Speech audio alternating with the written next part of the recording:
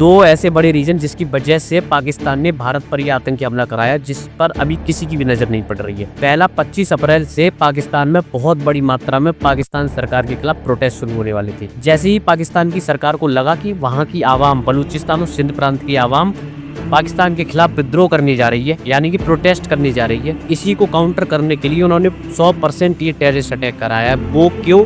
ताकि जैसे ही भारत पाकिस्तान की लड़ाई शुरू होगी तो पाकिस्तान की आर्मी और इंडियन आर्मी में जैसे ही लड़ाई शुरू होगी तो पाकिस्तान की आवाम उनकी सरकार और उनकी आर्मी को सपोर्ट करने लगेगी। जैसा कि एज यूजुअली होता है, जैसे ही अगर कोई लड़ाई होती है तो भारत की आवाम भी तो यही करती है ना कि वो इंडियन आर्मी को सपोर्ट करती है किसी भी कंडीशन में। अब जो लोग पहले प्रोटेस्ट कर रहे थे पाकिस्तान गवर्नमेंट के खिलाफ, अब वही लोग पाकिस्तान की गवर्नमेंट को सपोर्ट करने लगेंगे, क्योंकि भारत पर अगर पाकिस्तान ने हमला किया है तो भारत भी रिटेलिएट करेगा। और जब से ये 370 हटा है तब से पाकिस्तान में बैठे हुए कुछ लोगों का दाना पानी बिल्कुल बंद हो गया है, क्योंकि उनका दाना पानी तो कश्मीर से चल रहा है। अब वो लोग क्या कर रहे हैं कि पाकिस्तान में बैठ के भारत में आतंकवादी हमले करा रहे हैं। अगर भारत में कोई आतंकी हमला किया जा रहा है तो ज़रूर लोकल सपोर्ट जरूर लगेगा। अब जब लोकल सपोर्ट लगेगा और कोई भी हमला होगा तो इंडियन आर्मी क्या करेगी? वहाँ के लोकल्स को उठाएगी, उनसे पूछताछ करेगी, और जब पूछताछ के लिए लोकल के लोग उठाए जाएंगे तब पाकिस्तान बोलेगा देखो भारत सरकार, इंडियन आर्मी लोकल्स के कश्मीरियों के साथ कितना जुल्म कर रही है। क्योंकि आतंकवादी हमला हुआ है तो हमको जांच पड़ताल के लिए लोकल्स को उठाना ही पड़ेगा, और जैसे ही लोकल्स को उठाया जाएगा वहाँ की लोकल आवाम को ये लगने लगेगा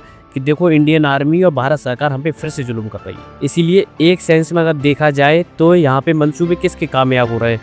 उसके जो पाकिस्तान में बैठ के ये सब कर रहा है। और भविष्य किसका बर्बाद हो रहा है?